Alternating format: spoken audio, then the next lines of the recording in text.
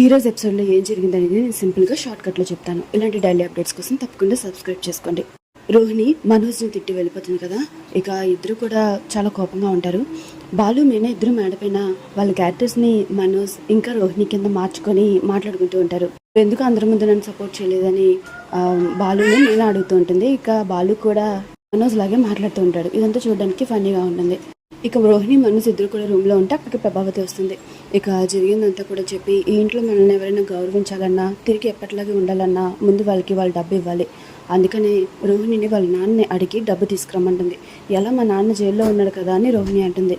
మీ మావయ్య చేత అడిగిపించు, ఆయన ప్రతిసారి జైల్లో ఉన్నాడు అంటే ఎలాగా, ఇలాంటి సమయంలో హెల్ప్ చేయాలి కదా, వెళ్ళి అడుగు అని చెప్పేసి అక్కడి నుంచి వెళ్ళిపోతుంది ప్రభావతి. ఇక రోహిణి ఆలోచిస్తూ ఉంటుంది. నెక్స్ట్ సీన్లో వాళ్ళు తన ఫ్రెండ్ రాజేష్కి ఫోన్ చేసి పూలదండలు స్వీట్లు తీసుకుని షాప్కి రమ్మంటాడు.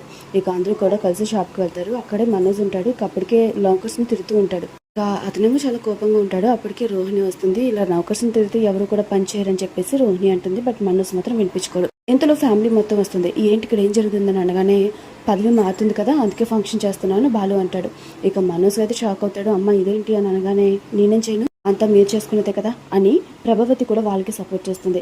ఇక ప్రభావతి వాళ్ళ తన హస్బెండ్ ఉంటాడు కదా, ఇద్దరు కూడా చైర్మన్ షీట్లో కూర్చుంటారు. వాళ్ళకి పూలదండలు వేసి బాలు స్వీట్ తినిపిస్తాడు. అంతా కూడా హ్యాపీగా ఉంటుంది. అందరూ కూడా క్లాప్స్ కొడతారు. ఇక మొత్తం వర్కర్స్ అందరికి కూడా తిన్న మీ కొత్త ఉన్నారని చెప్పగానే మనోజ్ తిడతాడు కదా.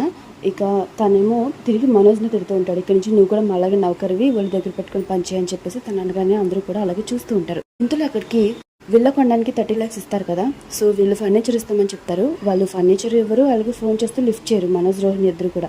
సో వాళ్ళేమో షాప్కి వస్తారు. ముంబై కూడా కంప్లీట్ చేసామని, ఫర్నిచర్ షాప్ హ్యాండిల్ చేసుకొని ఇక మొత్తం సరుకు అంతా కూడా తీసుకెళ్తామని, పోలీస్ స్టేషన్లో చెప్తామని వాళ్ళు బెదిరిస్తారు. ఇంతలో అక్కడికి ముఖేష్ వస్తాడు. నేను వీళ్ళకి డీలర్షిప్ ఇస్తాడు కదా ముంబై నుంచి వచ్చి, అతను వస్తాడు. సో నేను హామీ ఉంటాను చెప్పి అతను పంపించేసి అసలు ఏమైందని చెప్పేసి వాళ్ళని అడుగుతాడు. జరిగిందంతా చెప్పగానే నీకు అసలు బుద్ధి ఉందా, నిన్ను చూసి డీలర్షిప్ ఇవ్వలేదు, బాలుని మీ నాన్నని చూసి ఇచ్చాను, సరే ఇలా చేస్తే మొత్తానికి డీలర్షిప్ క్యాన్సిల్ చేస్తానని చెప్పేసి ముఖేష్ అక్కడి నుంచి వెళ్ళిపోతాడు.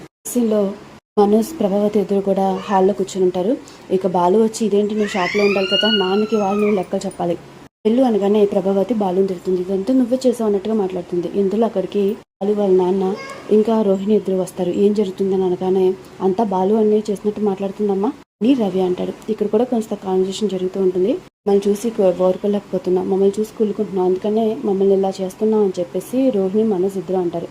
ఇక అప్పుడు మీనా అందుకుంటుంది.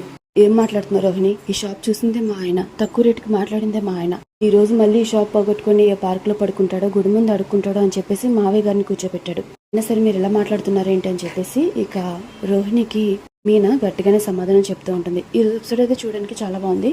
మిస్ కాకుండా చూడండి. అండ్ ఇలాంటి ఎపిసోడ్స్ కోసం సబ్స్క్రైబ్ చేసుకోండి. Thanks for watching.